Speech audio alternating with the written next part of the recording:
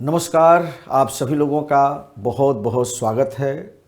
इस प्लेटफॉर्म से मैं आप सभी लोगों का विश्व इतिहास आपके वैकल्पिक विषय में, विशेष करके जब आप आईएएस मेंस के एग्ज़ाम की बात करते हैं तो आपने देखा होगा कि जो सेकंड पेपर है आपका, उस सेकंड पेपर में 4 प्रश्न आपके विश्व इतिहास से आते हैं।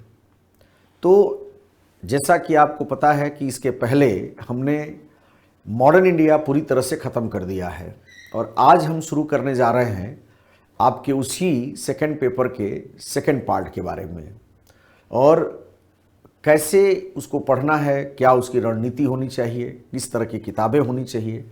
मुख्य मुख्य जो बातें आज मैं करूँगा, मैं पहले आपको लिख दूँ जिससे कि आप थोड़े अनुकूल हो जाएं। सबसे पहले हम लोग बात करेंगे, अगर स्पष्ट किया जाए तो वैकल्पिक विषय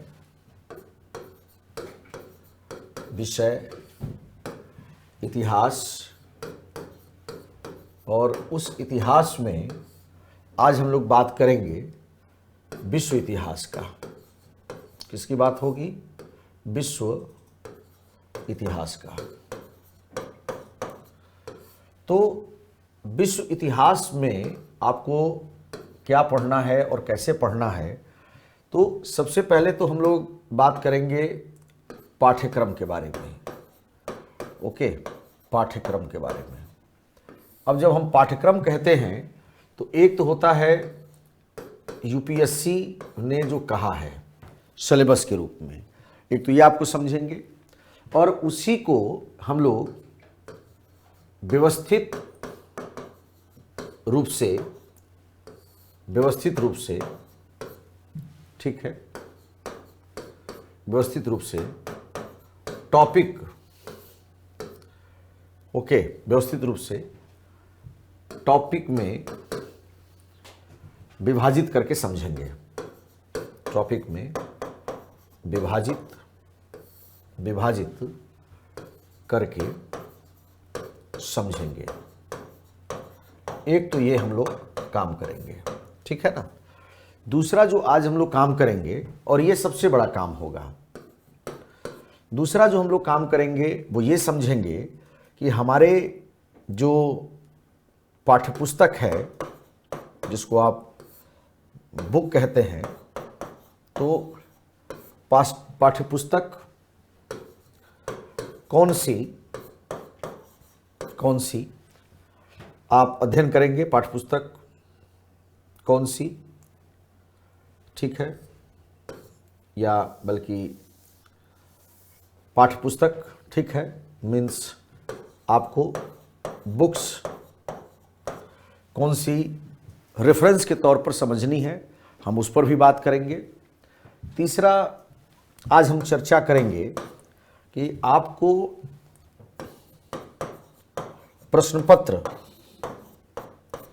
प्रश्नपत्र ठीक है, रणनीतिक दृष्टि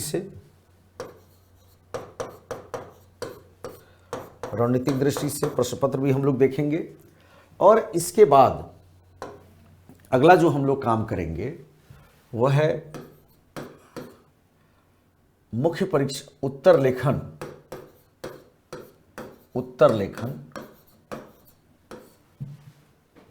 ठीक है, बेहतर करने के लिए। मुख्य रूप से आज की इस पूरे क्लास में हम लोगों को इन 4 मुद्दों पर बात करनी है। हमारा ऑब्जेक्टिव क्या है? तो मैंने कहा कि विश्व इतिहास है।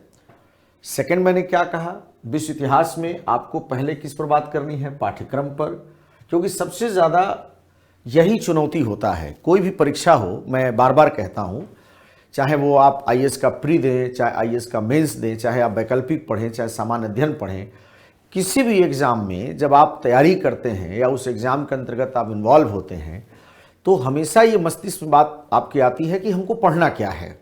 और असल में यहीं से सारी उलझन बढ़ती भी है, और ये सही हो जाए तो उलझन घटती भी है। जितने भी आप आईएएस के एग्ज़ाम में सफल होने वाले छात्रों से मिलेंगे तो उनकी सफलता का जो पहला सूत्र है, जो पहला फार्मूला है, वो यही है कि they are highly focus how to establish his topics in a proper manner, and with the help of that specific topics and this classification of the syllabus, they are very much easy to read the concept, to read the chapter, and finally they extract the things for your mains answer. अगर ये सब आप नहीं properly कर पाते हैं या आप इसको बहुत अच्छे से तैयार नहीं कर पाते हैं तो फिर आप देखेंगे कि कहीं ना कहीं वो जो प्रॉब्लम आपकी है वो निरंतर बढ़ती चली जाती है। तो एक तो हमारा ये टॉपिक है, थोड़ा सा इस पे समय ज़्यादा लगेगा क्योंकि या यूँ कहें कि हम लोग अपनी ऊर्जा का अधिकांश समय इस पर लगाएंगे। इसके बाद दूसरा हम लोग बात करेंगे कुछ किताबों के बारे में, ठीक है। वैसे आप किताब लें या न लें, मैं ये नहीं कहता हूँ, क्योंकि मैं तो आपने पैटर्न देखा ही है कि एक एक टॉपिक, एक एक चीज़ लिखना, पढ़ना, बताना, कुछ पॉइंट्स में, कुछ पैराग्राफ में, ठीक है, कुछ आंसर कैसे फ्रेम होगा, ये तमाम तरह के विषय और संदर्भ को लेकर के मैं आपके सामने सारी बातें करता हूं। तो इस रूप में इसको भी हम लोग तैयार करेंगे। इसके बाद अगला जो कार्य है वो है थोड़ा सा प्रश्न पत्र को भी हम लोग डील करेंगे।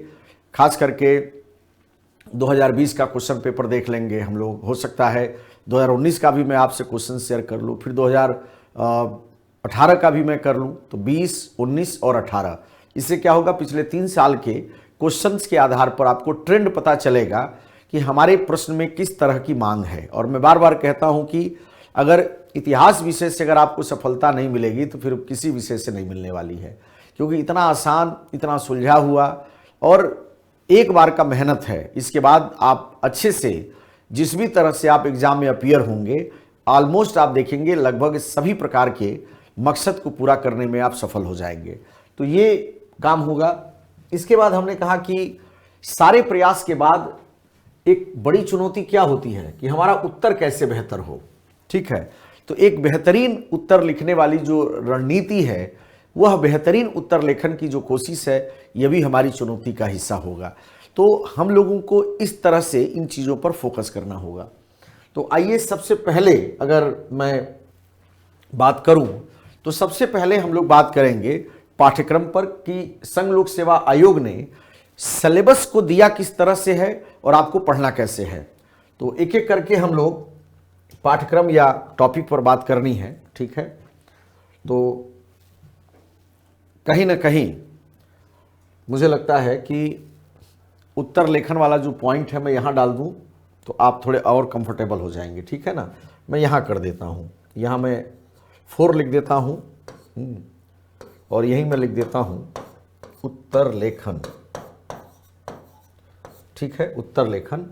और पर्पज क्या है, बेहतर उत्तर लेखन, ठीक है, या जिसको अंकदायी भी आप कहते हैं। तो इसको हम लोग यहाँ से हटा देंगे, ठीक है ना। तो आपका पर्पज पूरा हो गया कि एक पेज में ये सारी चीज़ें आ गई कि एक नज़र में, एक पेपर में आपको रणनीति का सारा हिस्सा समझ में आ गया। फिर एक एक करके हम लोग बात करते चलेंगे जिससे कि आपको टेक्स्ट में भी चीज़ें समझ में आए, आप सुन भी पाएँ हमको, और अल्टीमेटली जिस तरह से सारी चीज़ें करनी है वो सब आपको पूरा तरह से समझ में आएगा। तो सबसे पहले हम लोग बात करेंगे पाठ्यक्रम के बारे में, ठीक है। तो सबसे अधिक जो बात हम लोगों को करना है पाठ्यक्रम पर, ठीक है, या उसी को आप इंग्लिश में कहते हैं टॉपिक। क्या बोलते हैं आप, टॉपिक बोलते हैं कि आपके टॉपिक क्या हैं, क्या क्या मुद्दे होंगे जिसको कि आपको शामिल करना है। अब देखिए, आपका जो विश्व इतिहास का सिलेबस है, अगर आपने देखा हो या नहीं देखा है तो कोई बात नहीं, अब से आप देख लीजिए। तो उस पाठ्यक्रम में या उस सिलेबस में पहले एक टॉपिक हुआ करता था जिसका नाम था पुनर्जागरण, ठीक है। लेकिन बाद में संघ लोक सेवा आयोग ने उस पुनर्जागरण को हटा दिया। अब कई बार विद्यार्थी गलती क्या करते हैं, उनको लगता है कि अब पुनर्जागरण नहीं पढ़ना चाहिए। मैं बार बार कहता हूं छात्रों से कि पाठ्यक्रम से बाहर उसने इसलिए नहीं किया है कि पढ़ना नहीं है, उसने इसलिए इसको बाहर किया है कि बगैर पुनर्जागरण को पढ़े आप आगे बढ़ ही नहीं पाते हैं। तो एक तरह से कई बार क्या होता है कि मकान में जो 4-5 कमरे होते हैं, ठीक, तो उसमें एक कमरा वैसे इसलिए छोड़ दिया जाता है कि भाई कभी भीड़ भाड़ बढ़े तो आप उसमें रह सकें। इसका मतलब ये नहीं कि मकान में वो कमरा यूजलेस हो गया है। कई बार जब भीड़ बढ़ती है आपके घर में तो वो जो कमरा है उसकी महत्ता और बढ़ जाती है, क्योंकि वही कमरा पूरी तरह से खाली होता है। विश्व इतिहास पढ़ते समय अगर पुनर्जागरण नहीं समझ में आया आपको तो स्वाभाविक है कि आप विश्व इतिहास का जो एक बुनियाद है वह आप नहीं समझ पाएंगे। तो इसका मतलब क्या हुआ? और ऐसा भी नहीं है कि प्रश्न पूछे नहीं जाते हैं, प्रश्न अभी भी पूछे जाते हैं। जैसे एक प्रश्न पूछा जाता है कि मार्टिन लूथर ने जिस अंडे को दिया, रूसों ने उस अंडे को सेया था। एक क्वेश्चन था 1 साल का। अब पूरा मामला जो है आप अगर देखें तो कहीं ना कहीं पूरे यूरोप के घटनाक्रम को समझने के स्तर पर उसमें थोड़ा पुनर्जागरण का भी पुट आ जाएगा, थोड़ा धर्म सुधार भी आ जाएगा, थोड़ा प्रबोधन भी आ जाएगा। तो कहने का मतलब है कि चैप्टर को आप अपने अनुसार डिस्क्रिमिनेट मत किया करिए। चैप्टर को जब भी आप पढ़िए तो पहले समझिए कि किसी भी टॉपिक का सेंस क्या है उसमें, और जब तक उसके सभी सेंस नहीं समझ में आएंगे, जब तक उसके सभी सेगमेंट आपको समझ में नहीं आएंगे, तब तक उस टॉपिक पर बनने वाले प्रश्नों को हल करना आपके लिए बहुत आसान नहीं होगा। इसीलिए मैं पुनर्जागरण पढ़ाऊंगा, ठीक है, और इसलिए पढ़ाऊंगा क्योंकि बगैर पुनर्जागरण पढ़े ये संभव ही नहीं है कि आप उसके आगे जो टॉपिक है प्रबोधन, आप उसे समझ पाए। तो पहला टॉपिक क्या होगा? पुनर्जागरण का होगा, जो कि आपके सिलेबस में नहीं दिया है। तो हम लोग सबसे पहले किस टॉपिक को पढ़ेंगे? पुनर्जागरण, ठीक। और मुझे मालूम है कि पुनर्जागरण क्या है, आपके पाठ्यक्रम से बाहर है, सिलेबस से बाहर है।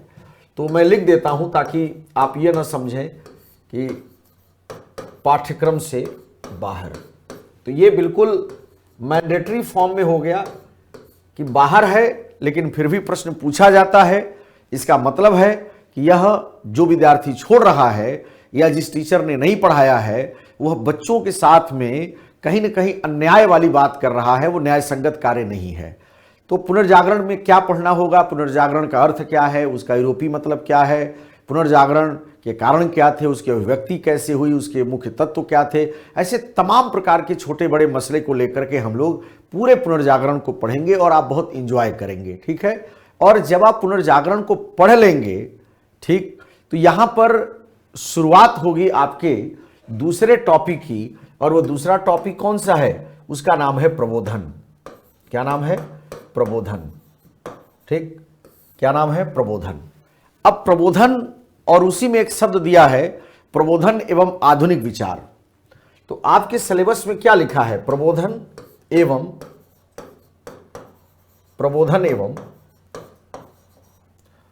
आधुनिक विचार। प्रबोधन एवं आधुनिक विचार।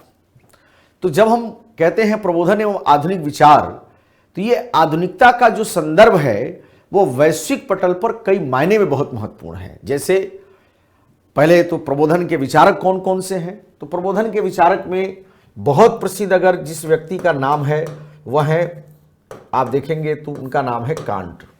क्या नाम है? कांट। दूसरा जो व्यक्ति है अगर उनकी आप बात करेंगे तो वह है रूसो। कौन है? रूसो। तो प्रबोधन में एक तो कांट आ गए, दूसरे आपके रूसो आ गए। इसी तरह से आप देखेंगे बाद में चल करके मार्क्स के विचारों की चर्चा होती है। तो मार्क्स के समाजवाद का प्रसार कैसे हुआ, यह इसमें एक तीसरा मुद्दा होगा। तो मैं ये भी यहां पर लिख देता हूं और बिल्कुल इसी क्रोनोलॉजी के साथ टॉपिक आपके आगे बढ़ेंगे, ठीक है। तो मार्क्स के समाजवाद का प्रसार, मार्क्स के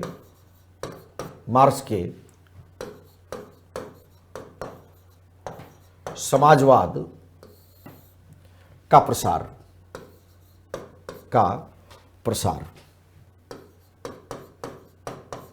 ठीक है। तो मार्क्स के समाजवाद का प्रसार, और एक और बड़ी महत्वपूर्ण बात है उपनिवेशों में प्रबोधन का प्रसार कैसे हुआ। तो आपको यहां पर जो चौथा लाइन या पॉइंट है, उपनिवेशों में उपनिवेशों में प्रबोधन का प्रसार, प्रबोधन का प्रसार। ओके, तो प्रबोधन मतलब क्या है हम लोग समझेंगे। प्रबोधन में जिन चीजों को आपको पढ़ना है, प्रबोधन में और भी कई विचारक होंगे जिनकी हम लोग चर्चा करेंगे, लेकिन कम से कम कांट और रूसो तो मैंडेटरी हैं। आवश्यकता पड़ेगी तो थोड़ी सी बात हम लोग मैकियावेली की कर लेंगे, थोड़ी बात हम लोग मॉन्टेस्क्यू की कर लेंगे, आवश्यकता पड़ेगी तो हम लोग थोड़ी बात दिदरो की कर लेंगे, थोड़ी बात क्वेंसने की कर लेंगे, ठीक है। इसी तरह से अगर आवश्यकता पड़ेगी तो वाल्टेयर का भी कर लेंगे, ठीक है।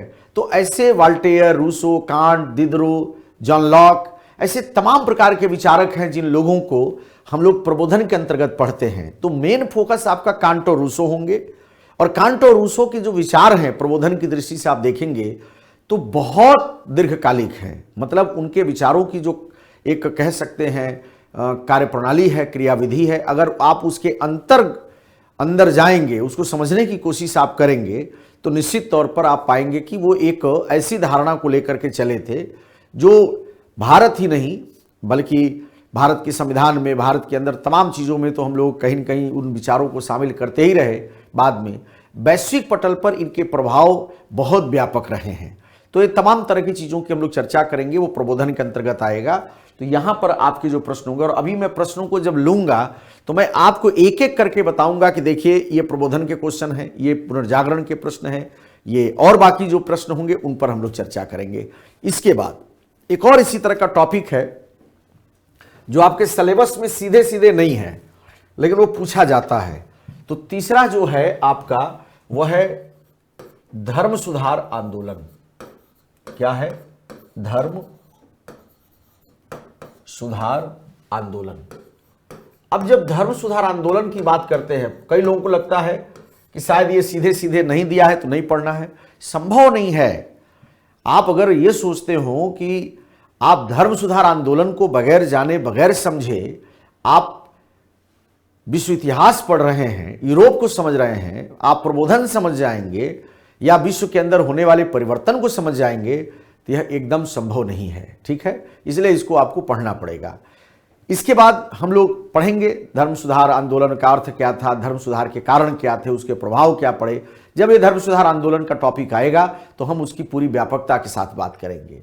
इसके बाद आप देखेंगे कि दुनिया में एक बड़ा परिवर्तन हुआ जिसको आधुनिक राजनीति के मूल स्रोत के तौर पर कहा जाता है, और उसमें आपको यूरोपीय राज्य प्रणाली, अमेरिका का संविधान, अमेरिका की क्रांति और फ्रांसीसी क्रांति, ऐसे तमाम छोटे छोटे मुद्दे हैं जो आपको इसमें शामिल करना है। तो कहीं ना कहीं अगला जो आपका टॉपिक होने जा रहा है वह है आधुनिक राजनीति के मूल स्रोत।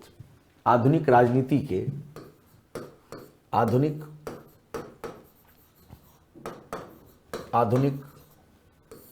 राजनीति के आधुनिक राजनीति के मूल स्रोत। अब देखिए, अब जब ये लाइन कही जा रही है तो आपको ये समझ में आना चाहिए कि इसमें हमको कौन कौन सी बातें हैं जो ध्यान रखने की जरूरत है। तो पहला एक शब्द है यूरोपीय राज्य प्रणाली। क्या है? तो पहले आपको फोकस करना है किस पर? यूरोपीय राज्य प्रणाली पर। ओके, तो यूरोपीय राज्य प्रणाली एक तो ये है, ठीक। दूसरा इसी में आप देखेंगे तो अमेरिका की क्रांति एवं संविधान, ठीक है। दूसरा क्या है?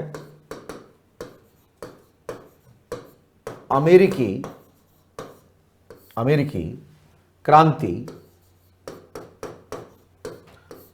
क्रांति एवं संविधान।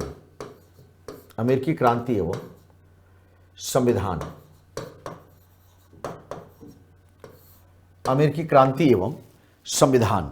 ओके, इसके बाद आप पढ़ेंगे वहीं पर फ्रांसीसी क्रांति एवं उसके परिणाम, ठीक है। फ्रांसीसी क्रांति और उसके परिणाम।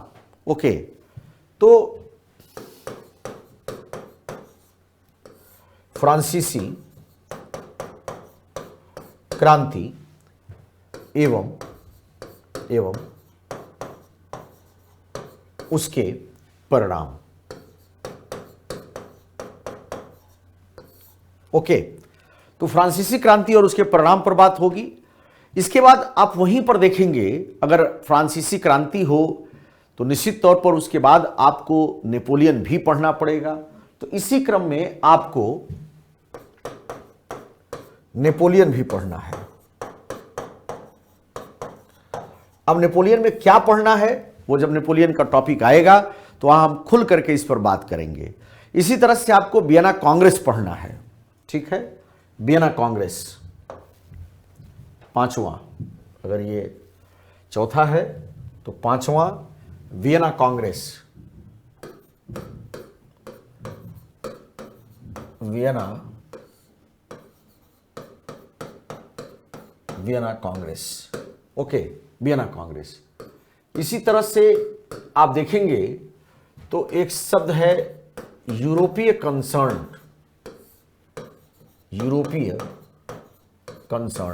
ओके। तो वियना कांग्रेस, यूरोपीय कंसर्न, ये भी आपको पढ़ना है। इसी तरह से अब्राहम लिंकन के संदर्भ के साथ अमेरिकी सिविल युद्ध और दास्तां। ओके, तो अब्राहम लिंकन बहुत इंटरेस्टिंग इतिहास होगा। अब्राहम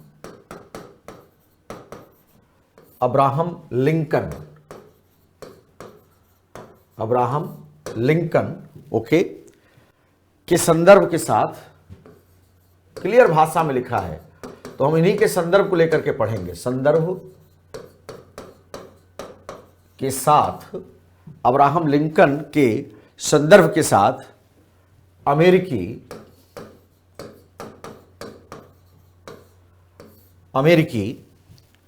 सिविल युद्ध, अमेरिकी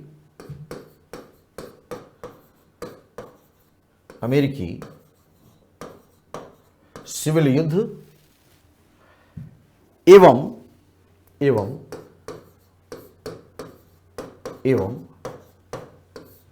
दास्तां का अगर आप देखें तो कहीं न कहीं उसको समाप्त करने की बात थी। तो दास्तां का उन्मूलन या समाप्ति, दास्तां का उन्मूलन। इसी तरह से आप देखेंगे कि ब्रिटिश गणतंत्रात्मक राजनीति 1815 से 50 के बीच में। तो अगला जो आपको पढ़ना है इसमें वो है ब्रिटिश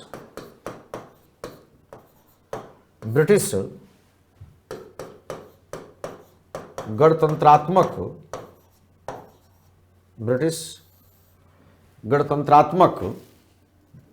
राजनीति,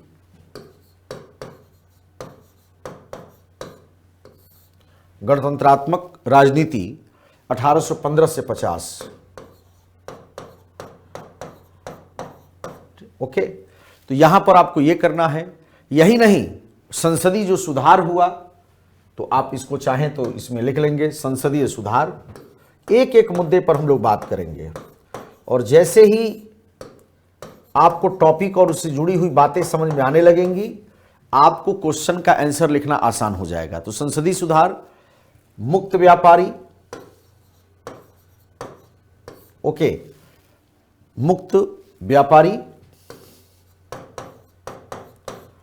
क्या होते थे। और एक और इसमें बात पूछी जाती है, चार्टरवादी क्या है, चार्टर कौन थे चार्टरवादी, तो हम लोग उनकी भी बात करेंगे, चार्टरवादी की भी। तो इस तरह से आप देखेंगे तो ये जो टॉपिक है इसमें आधुनिक राजनीति के मूल स्रोत में इतने तरह के उठापटक आपको करने होते हैं। कई बार मैं देखा हूं 2 पॉइंट 3 पॉइंट के इर्द गिर्द विद्यार्थी लगता है घूमने, और यह स्थिति उसके लिए बहुत अनुकूल नहीं रहती, वो प्रतिकूलता का निर्माण करता है। इसीलिए मेरा निवेदन है आपसे कि आप इसको बहुत अच्छे से समझने की, जानने की कोशिश करिए, जिससे कि आप सहज होकर के अपनी बातों को समझा सकें, बता सकें, और जब क्वेश्चन आए तो उसमें आपकी अनुकूलता दिखे कि हाँ, हमने इन चीज़ों को समझा है। ठीक है, तो एक तो ये आपका इसमें हो गया। इसके बाद अगला अगर हम लोग देखें तो 5वें नंबर पे हम लोग बात करेंगे। 5वें नंबर पर एक एक पॉइंट, कोई चीज छोड़ी नहीं जाएगी, ठीक है। प्रश्न में कौन सा इंपॉर्टेंट होगा, क्या होगा, वो तो जब आप एग्जाम में बैठेंगे और जब क्रैश कोर्स या इस तरह की चीजों पे हम जुड़ेंगे आपके साथ में, तो बिल्कुल फिल्टर कर देंगे कि देखिए ये तैयार करके आप जाइए। लेकिन एक बार सबके साथ गो थ्रू होना होता है। अब जो बात हम लोग करेंगे वो है औद्योगिकरण की। किसकी बात करेंगे? औद्योगिकरण की।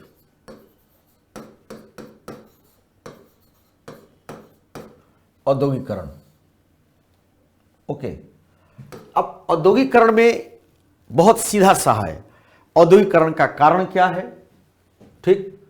तो पहला आपको इसका कारण और प्रभाव, ठीक।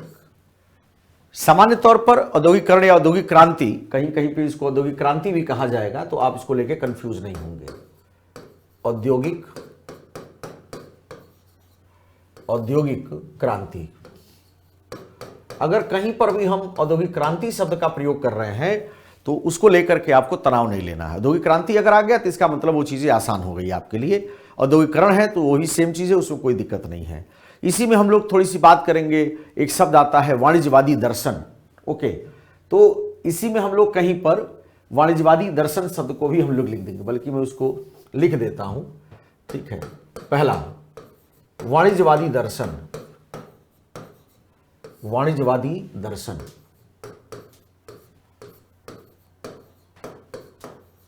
वाणिज्यवादी दर्शन, ओके। तो एक शब्द होगा, ठीक।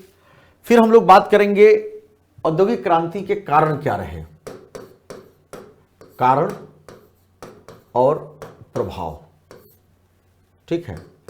इसी तरह से अगर हम लोग देखें तो अमेरिका में, जर्मनी में, रूस में, जापान में औद्योगिकरण तो हुआ ही, ये तो आपको पता ही है। लेकिन एक प्रश्न आपका आता है कि औद्योगिक क्रांति का प्रारंभ इंग्लैंड में ही क्यों? औद्योगिक क्रांति, औद्योगिक क्रांति का प्रारंभ इंग्लैंड में ही क्यों? इंग्लैंड में ही क्यों? इंग्लैंड में ही क्यों? यह भी आपको पढ़ना है। इसके अलावा अमेरिका में, जर्मनी में, रूस में, जापान में भी औद्योगिकरण हुआ। तो अगला जो पॉइंट हम लोग लिखेंगे उनके बारे में भी जोड़ देते हैं, ठीक। कहां कहां पर?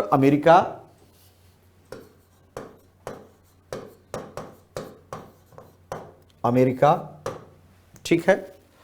इसके बाद जर्मनी, अमेरिका, जर्मनी, रूस, अमेरिका, जर्मनी, रूस, जापान में औद्योगिकरण, ठीक है ना,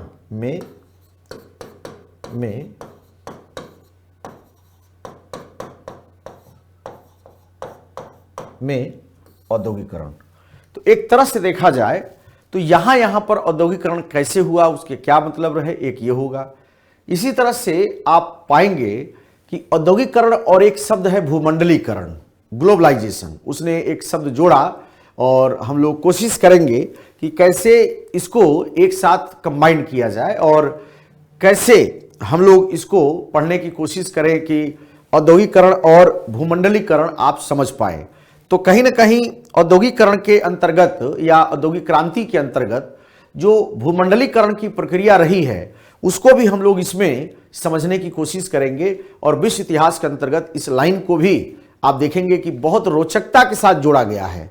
तो औद्योगिकरण और भूमंडलीकरण अपने आप में बड़ा ही एक कह सकते हैं कि ultra modern kind of world है जिसको यूज करेंगे। तो 5वें नंबर पे हम लोग जो करेंगे वो क्या है? 5वें नंबर पे औद्योगिकरण एवं भूमंडलीकरण,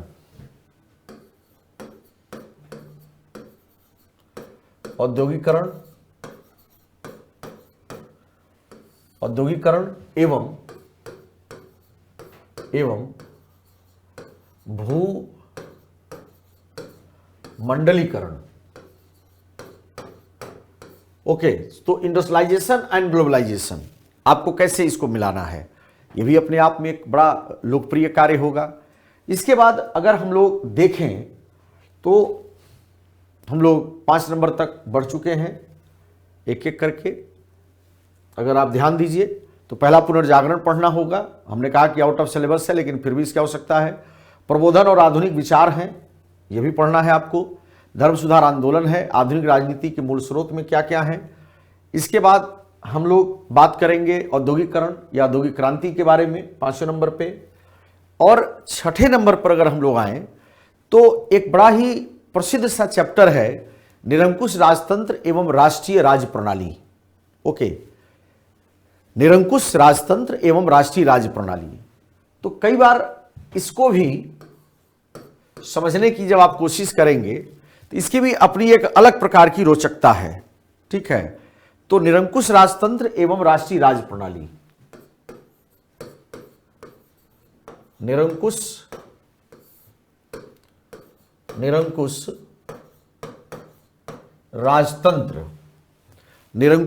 राजतंत्र एवं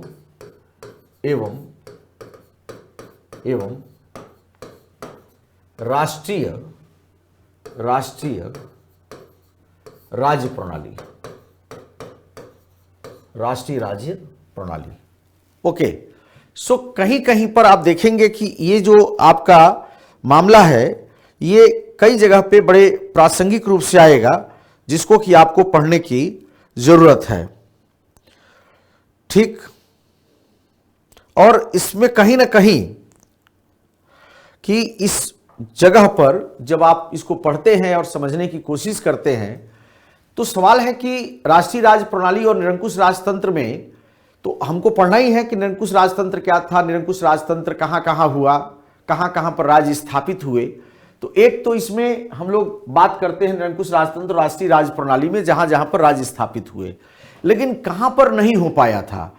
तो जहां पर नहीं हुआ था उस जगह के बारे में जब आप पढ़ेंगे तो उसमें आपको 2 आएगा, एक जर्मनी का एकीकरण और एक इटली का एकीकरण। ये अलग से आपके बड़े महत्वपूर्ण टॉपिक हैं। तो ये वो है जहां पर हुआ, और जहां पर नहीं हुआ उसको भी आप अगर इसमें मेंशन कर लीजिए तो आपका काम आसान हो जाएगा। तो पहला है जर्मनी का एकीकरण, बड़ा ही कह सकते हैं रोचक, जर्मनी का एकीकरण।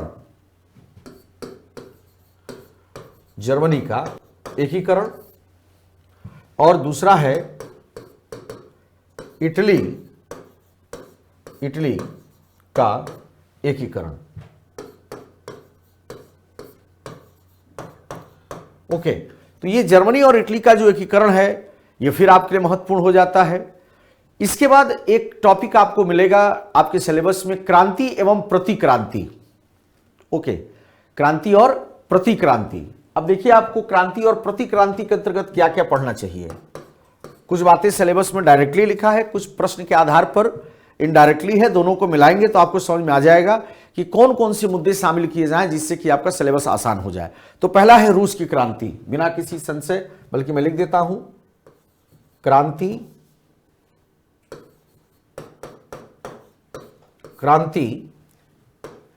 एवं प्रतिक्रांति।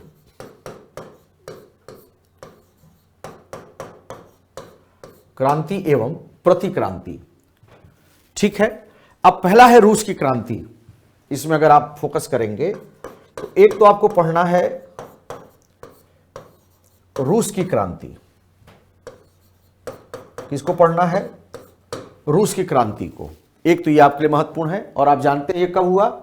1917 में हुआ। और आप अगर ध्यान दें तो यह तीसरी क्रांति है विश्व के संदर्भ में।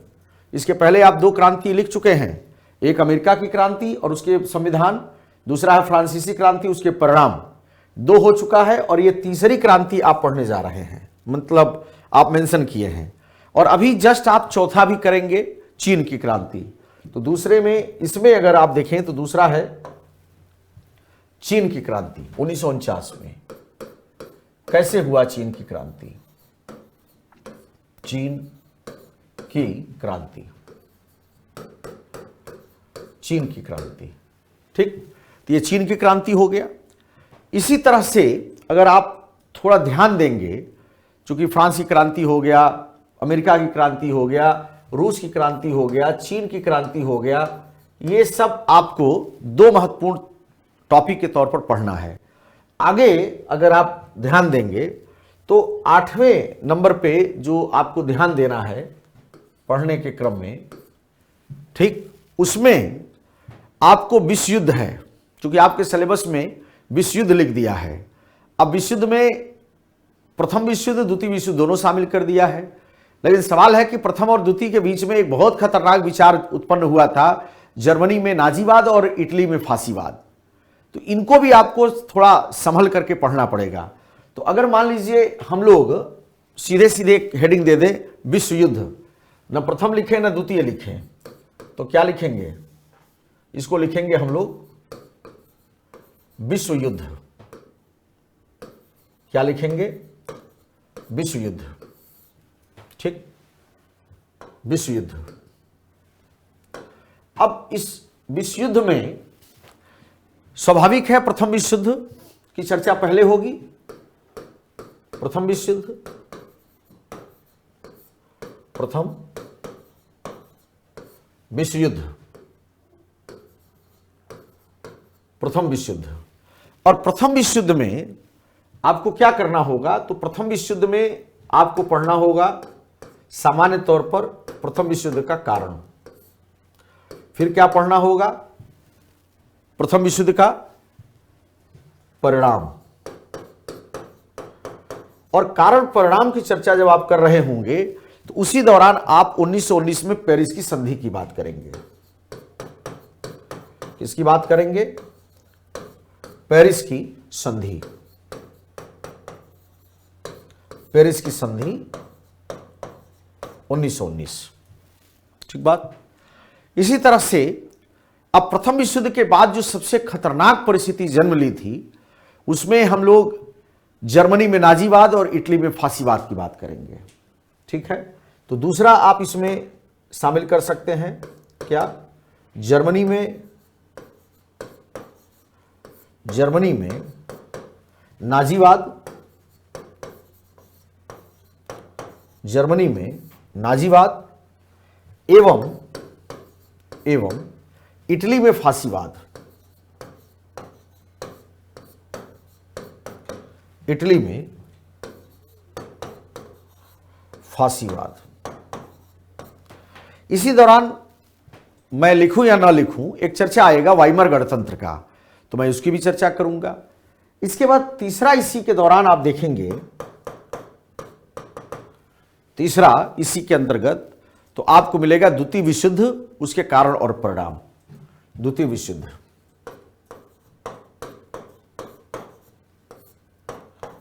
द्वितीय विश्व युद्ध, द्वितीय विश्व युद्ध। और इसमें भी आपको किस पर फोकस करना है? एक तो फोकस करना है कारण पर, ठीक, और दूसरा फोकस करना है आपको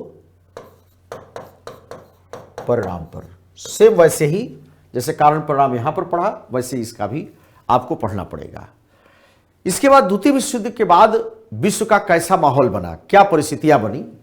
तो अब 9वें नंबर पे चलेंगे जब हम लोग, 9वें नंबर पर ध्यान से देखिए। तो 9वें नंबर पे द्वितीय विश्व युद्ध के बाद का विश्व, द्वितीय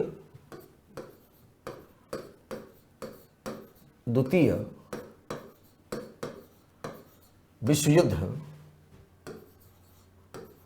द्वितीय विश्व युद्ध के द्वितीय विश्व युद्ध के बाद विश्व, द्वितीय विश्व युद्ध के बाद विश्व, ठीक।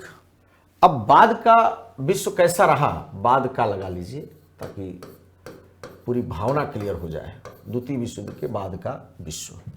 अब अगर इसमें कहा जाए तो द्वितीय विश्व युद्ध के बाद क्या हुआ, तो पहली बात यह हुआ कि विश्व जो था वह दो शक्तियों में बटा, जिसको शीत युद्ध कहते हैं। तो पहली घटना क्या याद रखेंगे इसमें, विश्व का दो शक्तियों का आविर्भाव। पहला क्या है, दो महाशक्ति भी कई जगह पे प्रयोग हुआ है, तो दो महाशक्तियों का, दो महाशक्तियों का आविर्भाव।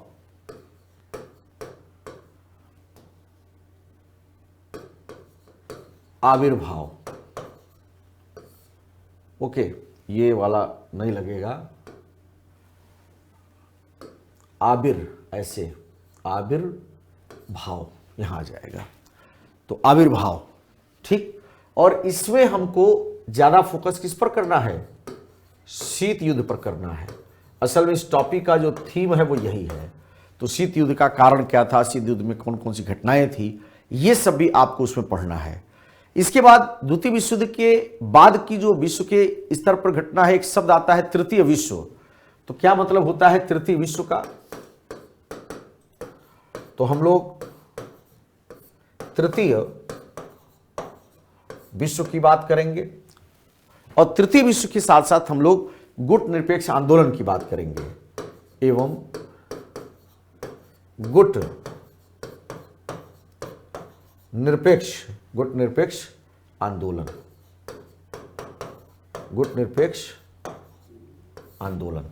ठीक, तो तृतीय विश्व एवं गुट निरपेक्ष आंदोलन।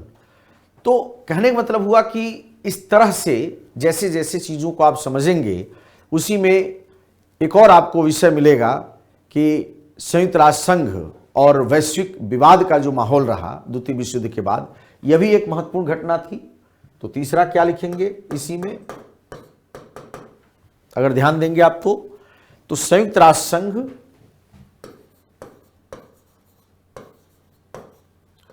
संयुक्त राष्ट्र संघ एवं वैश्विक विवाद, एवं वैश्विक विवाद,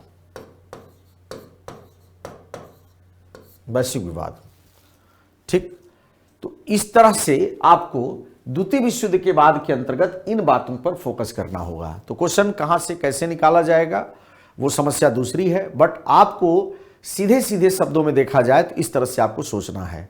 जब द्वितीय विश्व युद्ध के बाद की परिस्थिति की हम गणना या कल्पना करते हैं तो सबसे बड़ी घटना दुनिया के लिए क्या थी, वो थी औपनिवेशिक शासन से मुक्ति। तो अगला जो टॉपिक होगा आपका 10वें नंबर पे वह है औपनिवेशिक शासन से मुक्ति। औपनिवेशिक अगला जो नंबर होगा, ठीक, 9 हो चुका है, अब नेक्स्ट नंबर 10वां है। औपनिवेशिक शासन से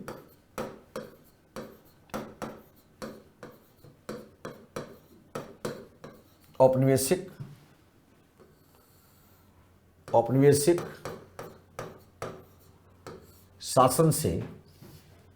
शासन से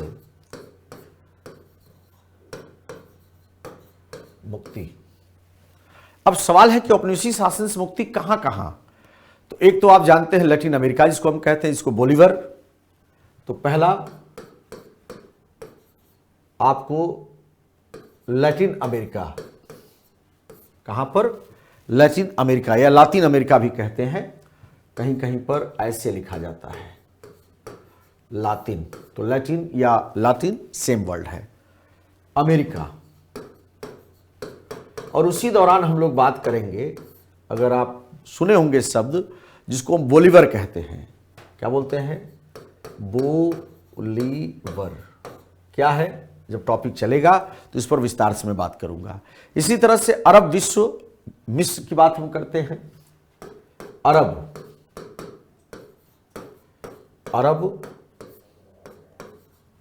विश्व। और हम लोग बात किसकी करेंगे, तो हम लोग बात करेंगे मिस्र की, ठीक है ना। तो मिस्र का क्या संदर्भ है। इसी तरह से औपनिवेशिक मुक्ति कहां पर मिलेगी, ठीक, तो हम लोग बात करेंगे अफ्रीका में, और अफ्रीका में रंग भेद से लेकर के गणतंत्र तक की बात होगी। तो अफ्रीका, अफ्रीका, और अफ्रीका में कहां से कहां तक? तो रंग भेद से गणतंत्र तक, रंग भेद से, रंग भेद से गणतंत्र तक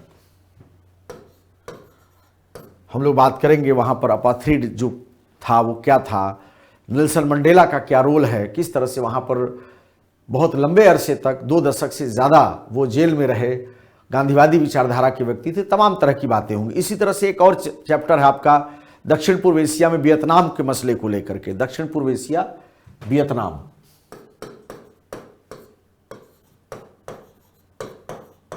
दक्षिण पूर्व एशिया, दक्षिण पूर्व एशिया, और चर्चा में आएगा कौन?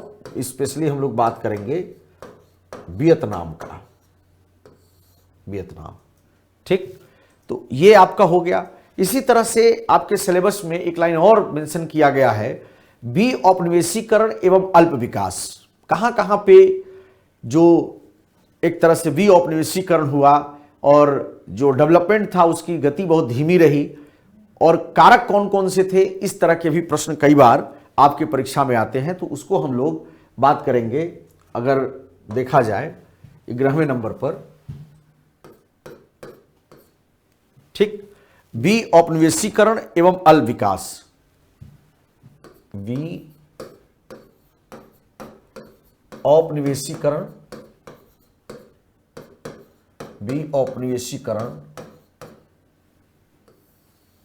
बी औपनिवेशीकरण, ओके, और अल्प विकास, बी औपनिवेशीकरण और अल्प विकास, ओके, एवं अल्प विकास। अब जैसे ही वैश्विक संदर्भ में बात किया जाता है अल्प विकास शब्द, तो निश्चित तौर पर उसमें शामिल किसको किसको आप करेंगे? स्वाभाविक है लैटिन अमेरिका आएगा, अफ्रीका आएगा, क्योंकि एशिया तो है ही है, उसमें गति है, लेकिन लैटिन अमेरिका और अफ्रीका की स्थिति सबसे ज़्यादा खराब है। तो हम लोग इसमें सीधे सीधे अगर शामिल करेंगे तो केवल एक ही है, लैटिन अमेरिका। क्या मसला है, क्या समस्या है लैटिन अमेरिका का, हम लोग उस पर बात करेंगे। एवं अफ्रीका में, एवं अफ्रीका में, अफ्रीका में, अफ्रीका में विकास के बाधक कारक, अमेरिका में, अफ्रीका में विकास के बाधक कारक, क्या यहां पर चुनौतियां रही या किस कारण से यहां पर समस्याएं सुलझ नहीं पाई और लोग वहां के अभी भी अल्प विकास के शिकार रहे, इस तरह की बात इसमें आपको करनी होती है। इसी तरह से आप देखेंगे जो एक और बात इसमें की जाती है वह है यूरोप का एकीकरण। आपके चैप्टर में अगला जो जोड़ा गया है वह है यूरोप का एकीकरण, यूरोप का एकीकरण, यूरोप का एकीकरण, ओके।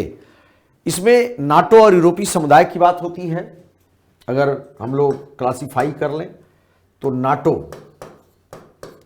अब नाटो क्या है? North Atlantic Treaty Organisation. ये अमेरिका द्वितीय विश्व युद्ध के बाद रूस के खिलाफ, रूस ने वर्साय पैक्ट किया था जो कि आप लोग आईआर वगैरह में पढ़ते हैं, और अमेरिका ने नाटो का गठन किया था। तो नाटो और यूरोपीय समुदाय, तो नाटो एवं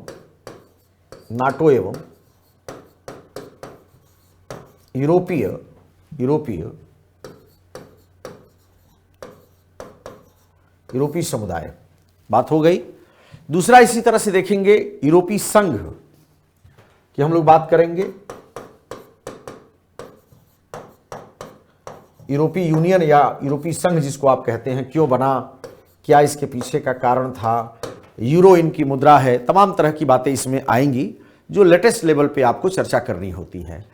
इसके बाद लास्ट जो टॉपिक है आपके सिलेबस में वो है जो सोवियत संघ था, जिसको यूएसएसआर कहते हैं, उसका विघटन हुआ और एक ध्रुवीय विश्व की कल्पना। ये दो चीज आपको एक साथ समझनी है। तो कहीं न कहीं अगर हम लोग लिखें तो 13वें नंबर पे आप उसको शामिल कर सकते हैं। ठीक है, 13वें नंबर पर सोवियत संघ, सोवियत संघ, सोवियत संघ जिसको आप उस समय यूएसएसआर,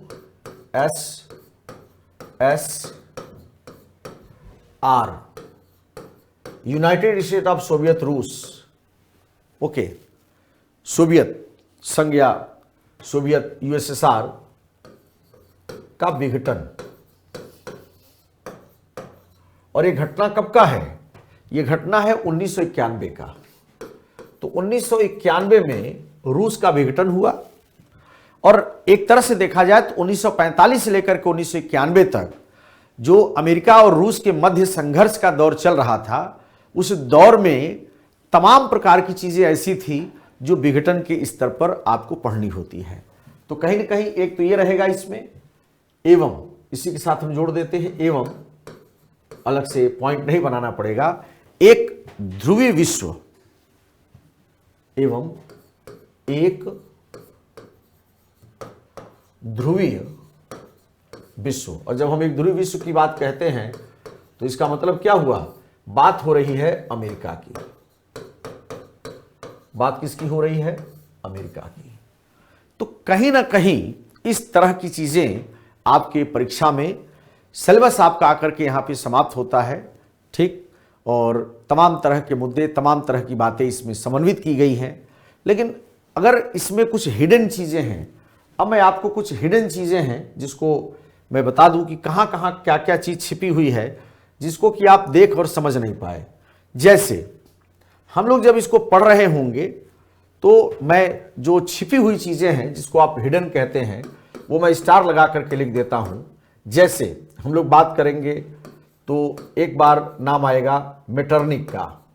किसका? मेटरनिक, इसकी भी चर्चा होगी।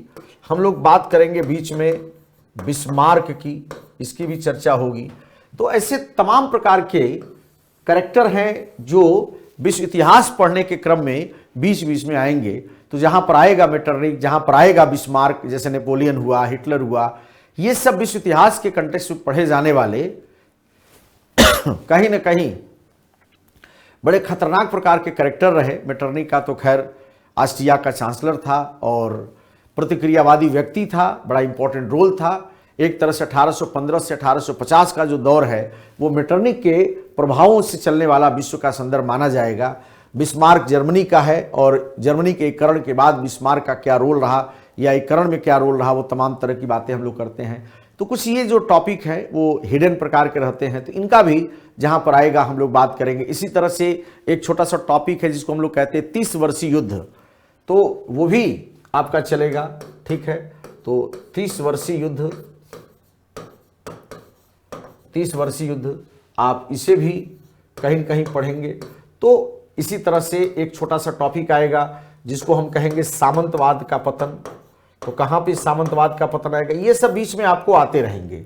तो कई लोगों को लगेगा क्या ये सब नहीं पढ़ेंगे, तो ये सब भी आपको पढ़ना होगा। सामंतवाद का पतन, ठीक है। वाणिज्यवादी दर्शन मैंने बोल ही दिया है, पढ़ने के क्रम में आपको आएगा।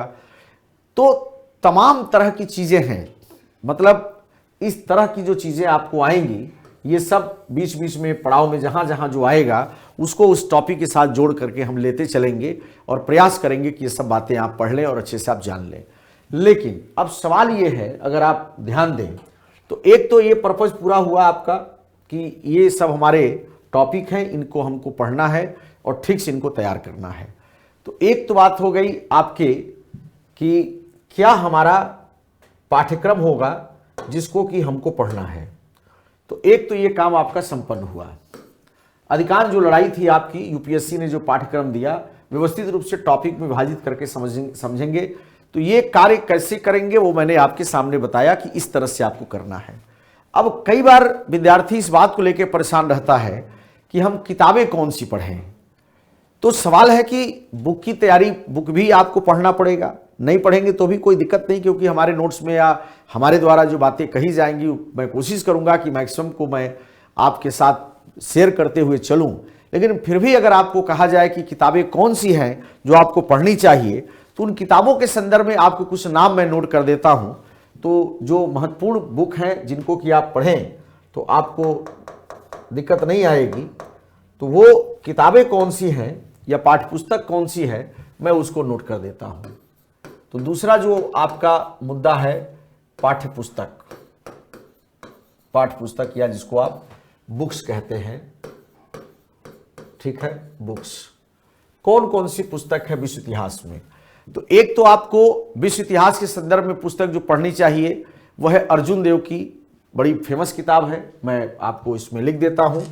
जो सबसे पहला है, ठीक, समकालीन विश्व का इतिहास, समकालीन विश्व का इतिहास, समकालीन विश्व का इतिहास। और ये बुक जो है ये अर्जुन देव के द्वारा लिखी गई है, अर्जुन देव। तो एक तो आप ये ले लीजिए, आपके लिए सेहतमंद रहेगा। दूसरी इसी तरह से किताब है जो समकालीन विश्व का इतिहास, 12th क्लास की एनसीईआरटी है, समकालीन विश्व का इतिहास, विश्व का इतिहास। और ये 12th क्लास की एनसीईआरटी है, की एनसीईआरटी। तो ये अलग से राइटर के तौर पर भी आता है, कई बार हो सकता है कि यही किताब आपको मिल जाए, बहुत अच्छी बात है। इसी तरह से एक और आपको किताब अगर लगे कि पढ़ने का मन है आपको, तो विश्व इतिहास का सर्वेक्षण, विश्व इतिहास का सर्वेक्षण, विश्व इतिहास का सर्वेक्षण। और यह किताब लिखा है दीनानाथ वर्मा ने, बड़े पुराने राइटर हैं, अगर आपको हाथ लगे तो पढ़ लीजिएगा, नहीं तो कोई बात नहीं, दीनानाथ वर्मा। इसी तरह से आपको अगर लगे कि हमको पढ़ने की ज़रूरत है तो दीनानाथ वर्मा, और इसमें शिव कुमार सिंह भी हैं, इनका भी नाम नोट कर लीजिए, एवं शिव कुमार सिंह, यहीं पे शिव कुमार सिंह। इसी तरह से आपको विश्व इतिहास में यूरोप का इतिहास आपको पढ़ना चाहिए, लाल बहादुर वर्मा का यूरोप का इतिहास, यूरोप का इतिहास, लाल बहादुर वर्मा, लाल बहादुर वर्मा। आपको इच्छा हो आप इनको भी देख सकते हैं। इसके बाद इसी तरह से किताब आती है पारसारथी गुप्ता की, विश्व इतिहास पर उनकी भी किताब है, वो भी आप देख सकते हैं। मतलब ये मत सोचिएगा कि मतलब हम कोई लिमिटेड, पढ़ने का मन होगा तो इसमें से आपको एक मिल जाए, दो मिल जाए, जो मिल जाए आप लीजिए, उस पर ध्यान दीजिए, प्रयास करिए कि उस तरह की चीज़ों को हम पढ़ें और जानें। तो मेरा पर्पज आपको ये नहीं है कि ये सब बोझिल बात बताना, ठीक है। जो भी किताब हाथ लगे, एनसीईआरटी की लग जाए, अर्जुन देव वाली अलग से लग जाए, दीनानाथ वर्मा की लग जाए। दीनानाथ वर्मा चूंकि सेकंड वर्ल्ड वार पे खत्म हो जाती है, उतना अप्रोप्रिएट नहीं रहेगा। यूरोप का इतिहास पढ़े लाल बहादुर वर्मा, ये भी केवल यूरोप तक सीमित है। पारसारथी गुप्ता का भी देखेंगे, वो भी यूरोप तक ही सीमित है। कुछ गाइड आती है मार्केट में, कई विद्यार्थी ले लेते हैं। मैं बार बार कहता हूं कि गाइड यूपीएससी को पास करने के लिए अच्छी तैयारी करने के बाद सहायक होती है। प्रथम दृष्टया गाइड के सहारे या भरोसे आपको नहीं रहना चाहिए। और भी कई लोग हैं जिन्होंने किताब लिखने का प्रयास किया है, अधिकांश लेखक नहीं है। ये जितने लोगों का नाम मैंने लिया ये लेखक हैं, बाकी जितने सारे हैं वो सब कट पेस्ट करने वाले हैं। ये नहीं कि अमेजन पे जाकर के टिक मार देंगे, जो दिख जाए वही ले लेना है, ठीक है। अमेजन पे बेचने में जो सबसे सक्रियता है वो उन्हीं लोगों की है जिनकी किताबें यूजलेस हैं। ठीक है, तो मैं वैसे मना नहीं कर रहा हूँ अमेजन और फ्लिपकार्ट के चक्कर में आप पढ़ें, लेकिन मेरा निवेदन है कि पहले उस किताब की क्रेडिबिलिटी जानने की कोशिश करिए। अमेजन और गूगल और ये तमाम जो साधन हैं, ये आप भी बैठ करके 6 महीना मार्केटिंग करेंगे तो बहुत कुछ आप पॉपुलर बना देंगे। ठीक, आपकी परीक्षा की जो रिक्वायरमेंट है उस रिक्वायरमेंट के लेवल पर जो जो जरूरत है वो किस तरह से पूरी होगी, आप उस पर जब ध्यान देंगे तब आपके समझ में आएगा कि आपकी जो जरूरतें हैं वो बहुत ही लिमिटेड हैं, बहुत ज्यादा नहीं। हाँ, जो भी डिमांड है वो एथेंटिक है। आप ये मत सोचिए कभी कि जबरदस्ती हमको कोई चीज पढ़नी है, जो भी पढ़ना है आपको पूरे लॉजिक के साथ पढ़ना है। तो मेरे पास तो खैर किताबों का अंबार है, मैं चाहूं तो यहाँ 50 किताबों का नाम लिखूं। ठीक, मुझे पढ़ने में उन किताबों को 20-22 साल लग गए, मैं आपसे अपेक्षा करता हूं कि आप उसे 2 महीना में पढ़ जाएंगे, ये व्यवहारिक नहीं है। और जब किसी को बिना मतलब का इंप्रेशन क्रिएट करना होता है तो 20 किताबों का नाम होता है। ये जो मैंने बोला है ये सब बेसिक किताबें हैं, इनको ले लेंगे तो आपका काफ़ी हद तक कुछ कंसेप्ट क्लियर हो जाएगा। कुछ अपने से पढ़ने का मन करेगा तो उसमें भी आपकी अनुकूलता बनेगी। लेकिन अगर आप ये सोचते हो कि हम बहुत सारा किताब इकट्ठा कर लेंगे तो हमारा काम चलेगा, तो ये सब संभव नहीं है। इसलिए 4 पे आप फोकस करिएगा। 4 में भी 1-2 मिले तो भी चलेगा, क्योंकि आधुनिक भारत से आपको अनुभव हो ही गया होगा कि कंटेंट भी आपको बड़े अच्छे से उत्कर्ष के प्लेटफॉर्म से दिया जाता है। और वो नहीं कि टेलीग्राम पे डाल दिया गया, नहीं, टेलीग्राम पे डाल के क्या मिलेगा। क्लास में आपको लाइन टू लाइन समझना है, लाइन टू लाइन लिखना है, उसका पीडीएफ आप निकाले तो आपको लगे कि हाँ यह टीचर हमारे इस कंटेंट के साथ जुड़ा रहा। फला लेक्चर में टीचर ने इसको अपने हाथ से लिखा। आप सोचिए कितना पीड़ादायक काम है कि हम आपके लिए एक एक लाइन लिख रहे हैं, एक एक चीज कर रहे हैं, और आप अगर इसको अच्छे से अगर कर लेते हैं तो निश्चित तौर पर आपका काम हो जाएगा। तो एक तो ये काम आपका हुआ। अब दूसरा जो जरूरी काम है, अगर आप इसमें ध्यान देंगे, क्योंकि मैंने सब आपको लिख दिया है कि क्या क्या आपको आज करना है। ठीक है, तो एक तो हमने कहा कि आपको पाठ्यपुस्तक की बात हो गई, तो हमने ये भी आपको डिस्कस कर दिया। अब एक काम जो और आपको करना है वह है प्रश्न पत्र आपको समझ में आए, और इसीलिए हमने आपके लिए 3 साल का क्वेश्चन पेपर प्रेजेंट किया है, जिससे कि आप ये जान सकें कि भाई आपके कौन कौन से क्वेश्चन हैं। और देखिए ये तीनों आपके विश्व इतिहास के संदर्भ में जो ओरिजिनल पेपर हैं वो आपके सामने हैं। मतलब हवा हवाई बात नहीं कि हम अपने मन से कोई कहानी गढ़ दें कि ये आया होगा, वो आया था, वो आया था, नहीं।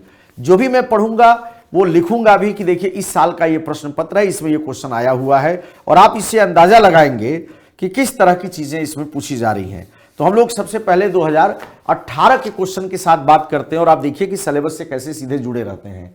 तो 2018 का जो प्रश्न है उसमें आपको पढ़ना है, और देखिए तो मैं सीधे लिख देता हूं जो आपके सिलेबस में लाइन है। ठीक, किस तरह से आपको इनको पढ़ना है। ठीक है, और देखिए ध्यान से कि इसमें जो लाइन कही गई है बिल्कुल उसी प्रश्न पत्र। तो मैं रणनीतिक दृष्टि से प्रश्न पत्र की बात करने जा रहा हूं, रणनीतिक दृष्टि से प्रश्न पत्र। ठीक है, यहां पर बात किसकी करेंगे? प्रश्न पत्र की करेंगे। ठीक, प्रश्न पत्र, और किस दृष्टि से? रणनीतिक दृष्टि से, ताकि आप समझें कि आपके प्रश्न कैसे आते हैं रणनीतिक दृष्टि से। ठीक है, अब मान लीजिए 2018 का एक प्रश्न मैं ले रहा हूं। ठीक है, चूंकि आपके पेपर में जो बनावट है, अगर आपने ध्यान दिया हो तो आपके 2 पेपर होंगे, प्रथम प्रश्न पत्र, प्रथम प्रश्न पत्र और द्वितीय प्रश्न पत्र, यही बनावट है। द्वितीय प्रश्न पत्र, तो प्रथम प्रश्न पत्र, द्वितीय प्रश्न पत्र। अब प्रथम प्रश्न पत्र में आप जानते हैं कि प्राचीन भारत का सेगमेंट शामिल है, इसमें प्राचीन भारत, और एक में मध्यकालीन भारत शामिल है, मध्यकालीन भारत। ठीक, और द्वितीय प्रश्न पत्र की अगर बनावट की बात किया जाए तो द्वितीय प्रश्न पत्र में एक में आधुनिक भारत है, आधुनिक भारत, और दूसरे में विश्व इतिहास है जिसकी चर्चा आज हो रही है। ठीक, विश्व इतिहास। और ये ध्यान रखना है आपको कि जब आप एग्जाम के पॉइंट ऑफ व्यू से बात करेंगे तो प्राचीन भारत को खंड ए कहा जाता है, खंड ए, और यहां से आपको 4 प्रश्न रहेंगे। उसी तरह से यहां से आप देखेंगे जिसको खंड बी कहा जाएगा, खंड बी, और यहां से फिर सेम वही 4 प्रश्न की बात की जाएगी।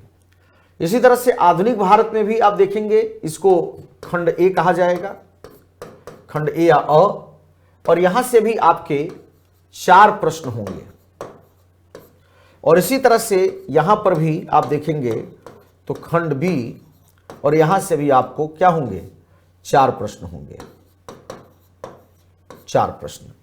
तो इसका मतलब क्या हुआ कि हर प्रश्न पत्र में आपको प्रश्नों की संख्या कितनी है, 8 है। हर प्रश्न पत्र में 8 प्रश्न पूछे जाएंगे। एक बात तो यह हुआ, प्रश्न कितने, 8 प्रश्न, चाहे फर्स्ट हो चाहे सेकंड हो, 8 प्रश्न। ठीक, लेकिन इस 8 में करना कितना है, तो इस 8 में करना आपको 5 प्रश्न है। 5 प्रश्न कितने करने हैं, दोनों में 5 प्रश्न। ठीक, तो आपको जो बनावट है प्रश्न पत्र की, एक में भी 8 है, दूसरे में भी 8 है, एक में 5, दूसरे में 5।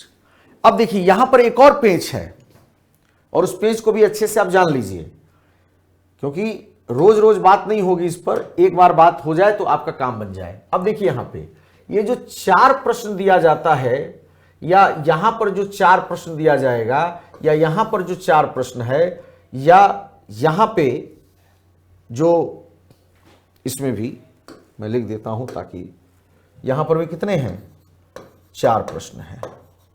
ठीक, तो यहां पर भी जो 4 प्रश्न आपके सामने रहेंगे, यहां पर भी क्या है, 4 प्रश्न। हर प्रश्न का जो पहला, ध्यान दीजिए, हर प्रश्न का, हर खंड का, चाहे खंड फर्स्ट पेपर का खंड ए हो, चाहे खंड बी हो, चाहे सेकंड पेपर का खंड हो, चाहे खंड बी हो, हर खंड का पहला प्रश्न क्या है, अनिवार्य है। तो प्रथम प्रश्न अनिवार्य है, प्रश्न प्रथम,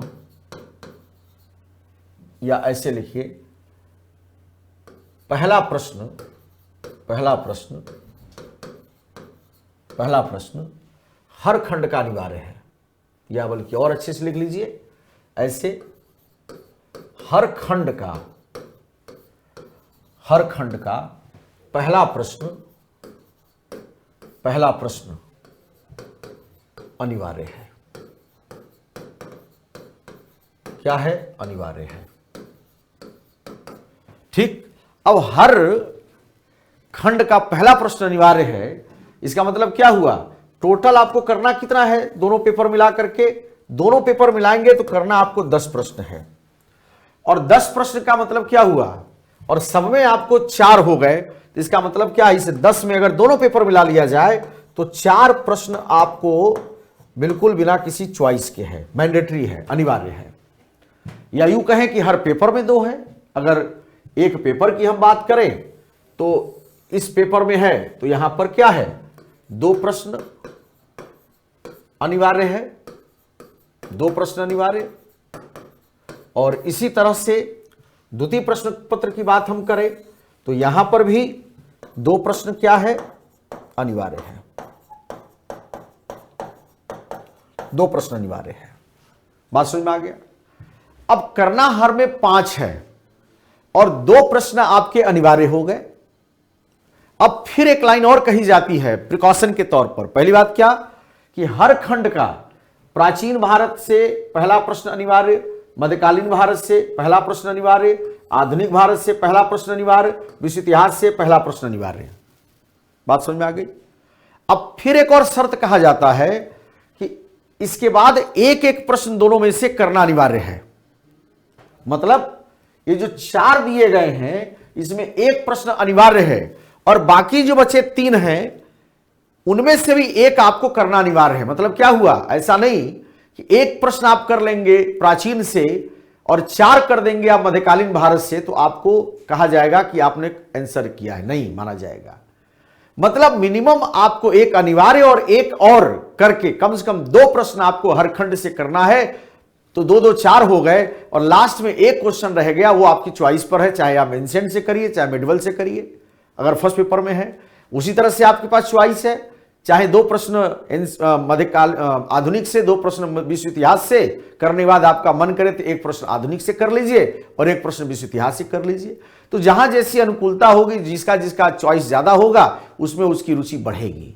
तो अभी हमने आपको आधुनिक भारत की बात तो कर लिया, विश्व इतिहास के संदर्भ में आज बात हो रही है। अब देखिए इसमें आगे क्या कहने वाले हम हैं। अब देखिए जब आप विश्व इतिहास की बात करते हैं, विश्व इतिहास की, विश्व इतिहास, तो विश्व इतिहास का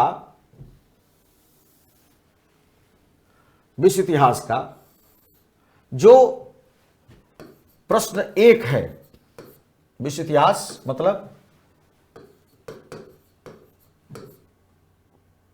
प्रश्न पत्र सेकंड का बी खंड। ठीक, अब तो और क्लियर हो गया। ठीक, प्रश्न 1 क्या है आप समझ गए कि यह अनिवार्य है। यह क्या है, यह अनिवार्य है। और इस प्रश्न पत्र 1 में अगर आप देखेंगे तो कहीं ना कहीं आपको लगभग 5 खंड दिए जाएंगे। प्रश्न 1 में कितने खंड, ठीक, जितने भी हैं इसमें प्रश्न 1 में कितने भाग हैं, क, अगर आप देखेंगे तो ख, ग, घ और अंग, इतने हैं। या इसी को इंग्लिश में कह देंगे तो क्या बोलेंगे, ए बी सी डी और ई, ये आपके पार्ट हो गए। ठीक, और हर पार्ट जो है ये कितने नंबर का है, ये 10 नंबर का है। कितने अंक का है, 10 का है। कितने का, 10 का। तो अगर हम बात करें तो 10 गुणे 5 मतलब पहला जो प्रश्न आपका हो गया अनिवार्य तौर पर वो 50 अंक का। वैसे है तो सारे प्रश्न ही 50 अंक के हैं, चाहे प्रश्न 2 हो, 3 हो, 4 हो, 5 हो, सभी प्रश्न 50 अंक के ही होंगे। लाइन समझ में आ रहा कि नहीं आपको। जितने हैं 4 इधर 4 उधर तो 50-50 और करने 5 हैं तो 250 अंक के हुए और दोनों मिलाएंगे तो 500 अंक का हुआ।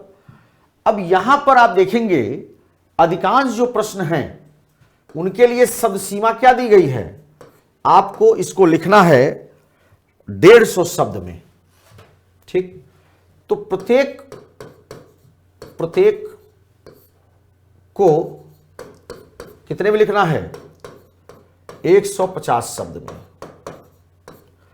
तो शब्द कितने हुए, 150 और अंक कितने हुए, 10।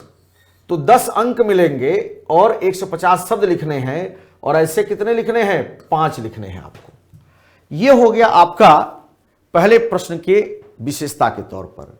जरा अन्य 2 3 4 की स्थिति देखिए क्या है। प्रश्न 2 3 4, प्रश्न 2 3 तथा 4, उसकी क्या स्थिति है। 2 3 4 में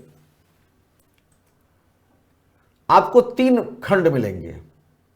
ठीक है, कितने, ए बी और सी, या आप लिख सकते हैं यहां पे 2 3 और 4 में आपकी स्थिति क्या है?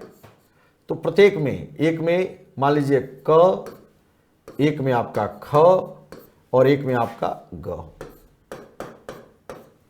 ओके, क ख ग, या इसी को आप लिख देंगे तो ए बी और तीसरा क्या है, इसको आप कहेंगे सी। तो 2 3 4 की जो बनावट है वो इस तरह की है। और इसमें अगर आप देखेंगे तो कहीं ना कहीं ये प्रश्न आपके एक 20 नंबर का, ये वाला कितने का है, ये 20 अंक का है, यह फिर आपका 20 अंक का है, 20 अंक का, और ये फिर क्या है, ये आपका 10 अंक का है। समझ पा रहे हैं कि नहीं? इसका मतलब क्या हुआ कि अगर 10 अंक के लिए 150 है तो ये हार्डली आपका 300 शब्द में जाएगा। 300 शब्द, ये कितना होगा, 300 शब्द होगा। ये कितना होगा, 150 शब्द होगा। ठीक भाई, तभी तो आप अगर ध्यान दें इसके पहले, तो यहां पे 150 शब्द है, तो 150 शब्द में 5 हैं, तो 150 को 5 में अगर आप मल्टीप्लाई करेंगे तो कितना होगा? ठीक, आप जोड़ लीजिए इसको, लगभग कितना हो जाएगा, 150 लगभग 750 शब्द इसमें आ गए। सेम वही कहानी आपकी यहां पर भी आ रही है। तो एक प्रश्न का उत्तर अब आपको पहले से भी ज्यादा इफिशिएंटली देना पड़ रहा है, और ये लगभग सबकी बनावट है। अब आपकी इच्छा हो तो आप 2 3 भी कर लीजिए, आपकी इच्छा हो 2 3 4 कर लीजिए। मतलब कम से कम एक खंड से, प्रत्येक खंड से, ध्यान दीजिएगा, प्रत्येक खंड से 2 प्रश्न करना अनिवार्य है, करना अनिवार्य है। समझ पा रहे हैं? तो ये पूरी बनावट हो गई आपके प्रश्न पत्र की। तो कहीं से भी आपके मन में भ्रम न रहे कि हमको किस तरह से प्रश्न पूछे जाते हैं और किस तरह से हमको समझना है। तो हमने ये कहा। अब आप देखिए प्रश्नों की रूपरेखा कैसी है। अगली बात देखिए, अब मान लीजिए आपके 2018 में एक प्रश्न पूछा है कि कार्ल मार्क्स की रचनाओं के साथ, ठीक है, प्रश्न क्या है, ध्यान से प्रश्न पूछा है, कार्ल मार्क्स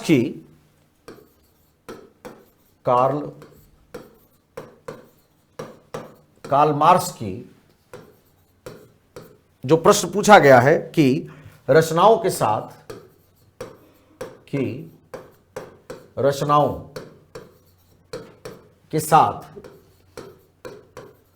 कार्ल मार्क्स की रचनाओं के साथ समाजवाद,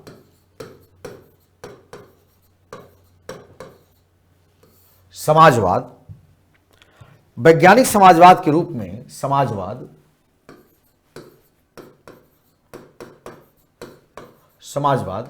वैज्ञानिक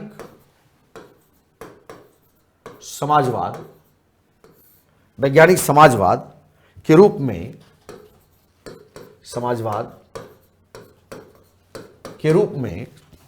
में परिवर्तित हो गया था, परिवर्तित हो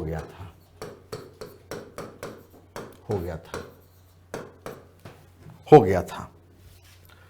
अब ये जो लाइन है यह स्टेटमेंट है, किसका है, क्या है, ये आज नहीं, क्योंकि बोझिल नहीं करना है, आपको केवल समझना है।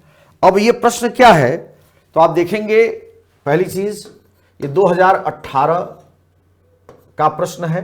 पहली चीज, प्रथम अगर देखा जाए तो खंड बी में प्रश्न 5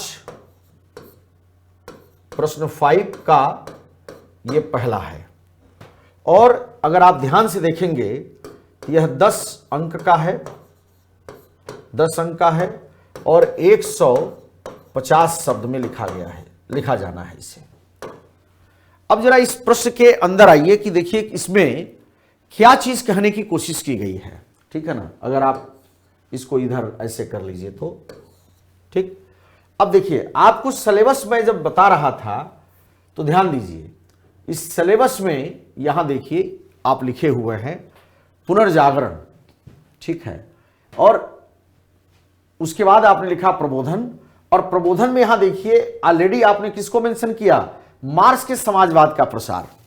और आप देखिए सीधा प्रश्न है, कहीं कोई उलट पलट नहीं है कि मार्क्स के समाजवाद का आप प्रसार बताइए, और इस तरह के प्रश्न आपको सीधे यहां से मिले। तो इसका मतलब क्या हुआ, जितनी अच्छी समझ आपकी सिलेबस पर बनेगी आप उतना बेहतर अपने कार्य को ठीक से कर पाएंगे। इसलिए आपका प्रश्न क्या है, ये बिल्कुल सीधे सीधे पाठ्यक्रम पर आधारित है।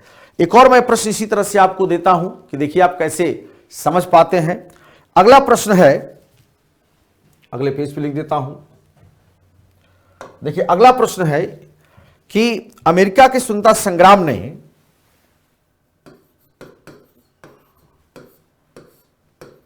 अमेरिका के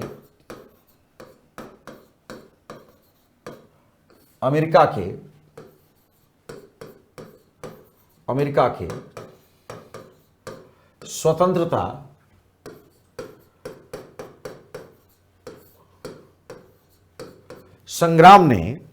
संग्राम ने यूरोप को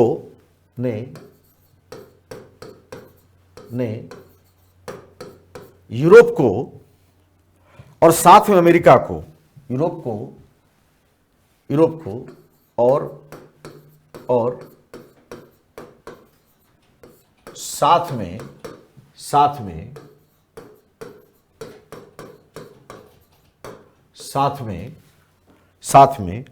अमेरिका को भी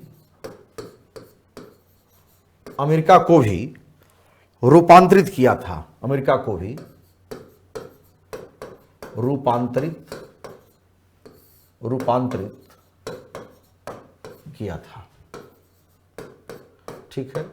ये भी क्या है, एक तरह से स्टेटमेंट है ये, ठीक। और ये भी आप अगर ध्यान दें तो ये प्रश्न भी क्या है, 2018 का है, ठीक।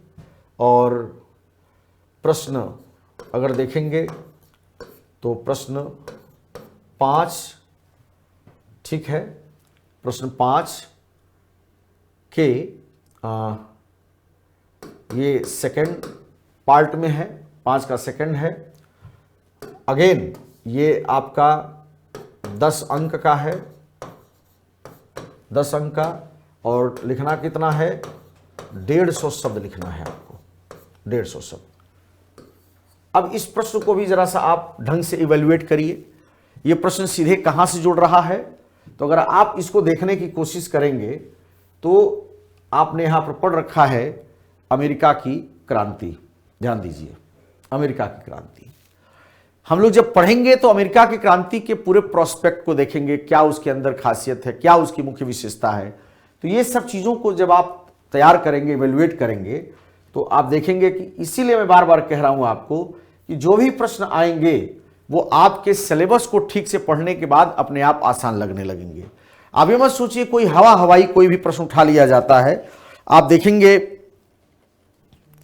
एक प्रश्न पूछा है, अगर आप ध्यान दें तो सीधे सीधे शब्दों में बहुत सारे हैं, प्रबोधन के मुख्य विचारों को स्पष्ट कीजिए, प्रबोध में रूसों के योगदान पर चर्चा कीजिए, ये प्रश्न आपका है।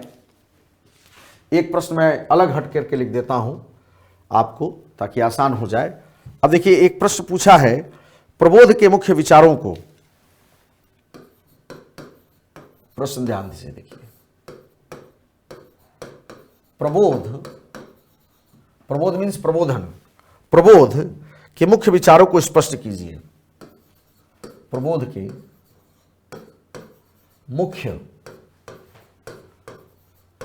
विचारों को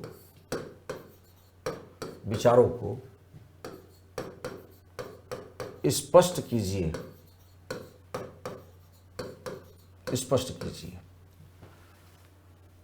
ठीक। और इसी में कह रहा है प्रबोध में रूसो के योगदान पर चर्चा कीजिए। प्रबोध में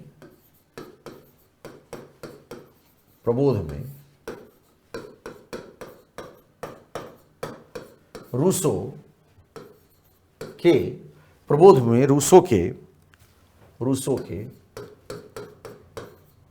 योगदान पर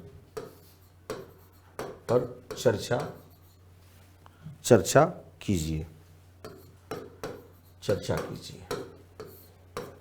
ठीक। ये आपका प्रश्न है 2018 का। ठीक है। और ये प्रश्न का सीरियल है 6। ठीक। और ये है आपका 20 अंक का। और ठीक। और इसे लिखना है कितने शब्दों में, स्पष्ट तो नहीं है, लेकिन अगर 10 या 150 में तो अप्रॉक्सीमेटली आप इसे 300 शब्द में लिख सकते हैं। 300 शब्द में। ठीक। अब आप देखिए सीधे सीधे आपके सिलेबस से कैसे कनेक्ट हो गया अगर आप सावधानी बरती। हर प्रश्न का मतलब आप खुद क्वेश्चन पेपर चाहें तो देख करके कर सकते हैं। अब देखिए यहां पे इस प्रश्न में रूसो का नाम आया है और आपके क्वेश्चन में भी किसको पूछा है, आपके क्वेश्चन में भी रूसो पर ही प्रश्न है। यहां देखिए ध्यान से, रूसो यहां पे, और सीधा प्रश्न आपका रूसो के योगदान पर चर्चा कीजिए। तो आपको बहुत नहीं उलझना है, ऐसा नहीं भाव लेकर के मन में चलना है कि हम ऐसा कुछ आ गया जो हमसे होगा नहीं या हम ऐसा कर नहीं सकते हैं। इस तरह की भावना के साथ बिल्कुल आप परेशान होने वाली बात नहीं करेंगे। ठीक है। तो निश्चित तौर पर इस तरह की चीजें आपके एग्जाम में आती हैं और आपको बेहतर तरीके से इसे प्रेजेंट करना होता है। और मैं हमेशा एक अच्छी बात कहता हूं कि अगर अच्छे उत्तर लिखना है तो निश्चित तौर पर कुछ बातों पर आपको ध्यान भी देना चाहिए। ठीक है। तो लास्ट एक शब्दावली जो हम लोग चर्चा में अपने रखे हुए हैं और उस पर अगर आप ध्यान दें तो एक लास्ट बात इस पर भी है कि एक तो हो गया रणनीतिक दृष्टि से क्या करना है। तो रणनीतिक दृष्टि से आपको सिलेबस की अच्छी ग्रिपिंग बनानी है, ज्यादा से ज्यादा चीजों को क्या करना है, तैयार करना है। जितना आप बेहतर उसको तैयार करने में अपना दिमाग और दिल लगाएंगे उतनी चीजें आपकी आसान होती चली जाएंगी। ठीक है। और लास्ट में मैंने इससे बोला है उत्तर लेखन बेहतर कैसे हो या अंकदायी उत्तर कैसे लिखे जाएं। तो अब जो हम लोग बात करेंगे वो उत्तर लेखन पर बात करेंगे। बार बार मैं वो चीज बोलता हूं, आज फिर मैं वही बोलने जा रहा हूं आपको। उत्तर लेखन, एक अच्छे उत्तर लेखन की क्या सावधानी है। उत्तर लेखन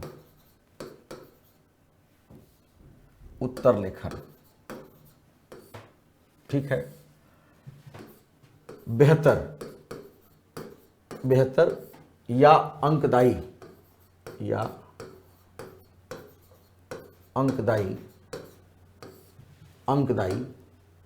उत्तर। सवाल यही है, सब कुछ करने के बाद अंतिम में आकर के जहां आप फंसते हुए मुझे दिखते हैं वो यही भाग है, यही वो अवस्था है जहां पर लगता है कि अब शायद इसके आगे हम नहीं बढ़ पाएंगे। तो मेरा निवेदन है आपसे कि आप बिल्कुल चिंता नहीं करेंगे। जैसे आपने आधुनिक भारत में कोई सेगमेंट छूटा नहीं, आपका कोई ऐसा लाइन नहीं था जो आपको लगा कि आप नहीं कर सकते हैं, वही सेम चीज हम लोग इसमें भी करेंगे। ठीक है ना, एक एक चीज करेंगे। अब देखिए अच्छे उत्तर लिखने के लिए क्या करना चाहिए। पहली बात, एक एक करके मैं बोल देता हूं। पहली बात, पाठ्यक्रम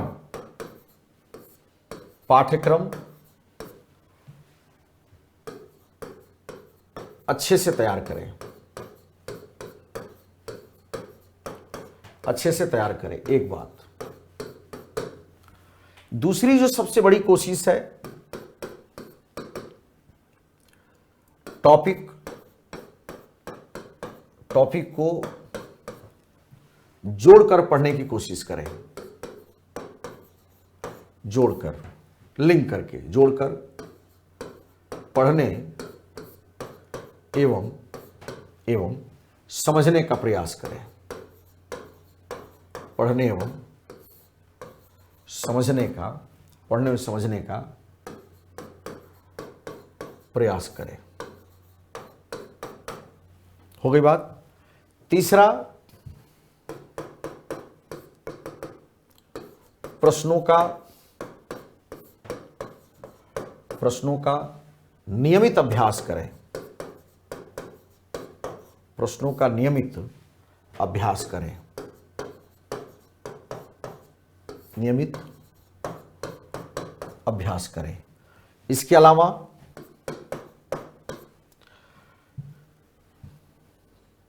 शब्द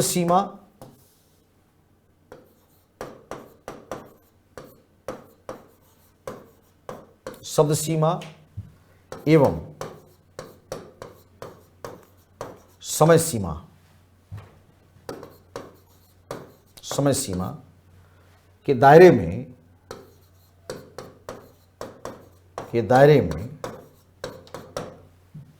उत्तर लेखन की कोशिश करें। दायरे में उत्तर लेखन का अभ्यास करें। उत्तर लेखन का अभ्यास करें। उत्तर लेखन का अभ्यास करें। इसके बाद जो पांचवी बात महत्वपूर्ण है आपके लिए, प्रश्नों में प्रयोग किए गए शब्दों का, प्रश्नों में प्रयोग किए गए शब्दों का सही अर्थ जानने की कोशिश करें। सही अर्थ जानने का प्रयास करें। जानने का प्रयास करें। ठीक। तो कई बार कम से कम इतनी सावधानी तो आपको जरूर अपनानी चाहिए, और भी है, लेकिन कम से कम एक काम, सबसे पहला काम क्या है? सिलेबस पढ़िए। कई विद्यार्थी मैं देखा हूं सिलेबस के प्रति इनके मन में उत्साह नहीं होता है, वो सिलेबस से भागते हैं। ये काम नहीं करना चाहिए आपको। अगर आप सिलेबस से भागने लगे, या आपको लगा कि कोई कह दिया कि देखो ये नोट्स है, इसको पढ़ लो, काम हो जाएगा, आप आईएएस की तैयारी कर रहे हैं। आपको अंदाजा है जिस दिन आप आईएएस बन जाते हैं कितने बड़े दायित्व, मतलब भारत सरकार में आपको अंदाजा नहीं है कि एक झटके में आपके बारे में राय बना ली जाती है कि आप बहुत कुछ करने की स्थिति में हैं, और वो आदमी शॉर्टकट के बल पे वहां तक जाए या अपने व्यक्तित्व का विकास करे, तो बात प्रैक्टिकली स्वीकार्य नहीं है। ठीक है ना? ये बात कोई सहजता से नहीं मानेगा। अब जैसे मैं आपके सामने आया हूं तो आप देख रहे हैं कि हर पक्ष पर मैं खुल के बात कर रहा हूं आपसे। आपका सिलेबस ये है, आपको पढ़ना ये है, आपका जो प्रश्न है वो इस प्रकार का है, प्रश्न लिखते समय ये इस तरह की बातें होनी चाहिए। तो हमारी सारी कोशिश क्यों हो रही है कि आपके अंदर कोई कमी रह जाए और उस कमी से आपका सिलेक्शन अवरुद्ध हो, उसको खत्म करते हुए आपके व्यक्तित्व को दृष्टिकोण के साथ साथ एक अच्छे व्यवहार कुशल उत्तर लेखन के साथ साथ एक अच्छे अपने आप को कहने वाली जो स्थिति है, उनको भी आप कैसे अपने अंदर तैयार करेंगे, जिससे जो कुछ भी आप एग्जाम में लिखें वह उत्तर आपका मौलिक दिखे। तो मेरे तरफ से जो प्रयास है वो यही है कि आप निरंतर इस तरह की कोशिश करें, जिससे अधिक से अधिक आप अपने प्रश्नों का हल निकाल सकें। तो मिला जुला करके अगर मैं कहूं तो आपके जो 4 प्रश्न हैं, ठीक है, अगर मैं मान भी लूं कि आप इस खंड से आप कम से कम 3 प्रश्न करेंगे, मान लीजिए, अगर एक अनुमान लगा लूं मैं, लास्ट लाइन है, अगर मैं एक अनुमान लगा लूं आपको कि विश्व इतिहास से, ठीक, तो विश्व इतिहास से आप कितने प्रश्न करेंगे? तो अगर मैं इसको एक आकलन के तौर पर कहूं विश्व इतिहास के संदर्भ में, तो मान लीजिए पहला प्रश्न अनिवार्य है, वो तो करना ही है। 2 हो गए, 3 हो गए और 4 हो गए। पहले में 5 हो गए, फिर दूसरे में कितने हो गए, 3 हो गए, तीसरे में फिर 3 हो गए और चौथे में फिर 3 हो गए। ठीक, 2 आपको करना अनिवार्य है, मतलब 5 और 3 ये छोटे बड़े मिलाकर के खंड के आधार पर आपको 8 तरीके का चॉइस आपको लेना होता है। ठीक है, और अगर आपने कहीं 3 प्रश्न करने का मन बना लिया है एक खंड से, तो इसमें आपको 3 और ऐड करना पड़ेगा। बात समझ में आ रहा है? तो 5, 3, 8 और 3, 11, मतलब ABCD की भाषा में बात किया जाए तो ऐसे आपके 11 भाग आपको अटेंड करने होंगे। ठीक है, तो मैक्सिमम 11।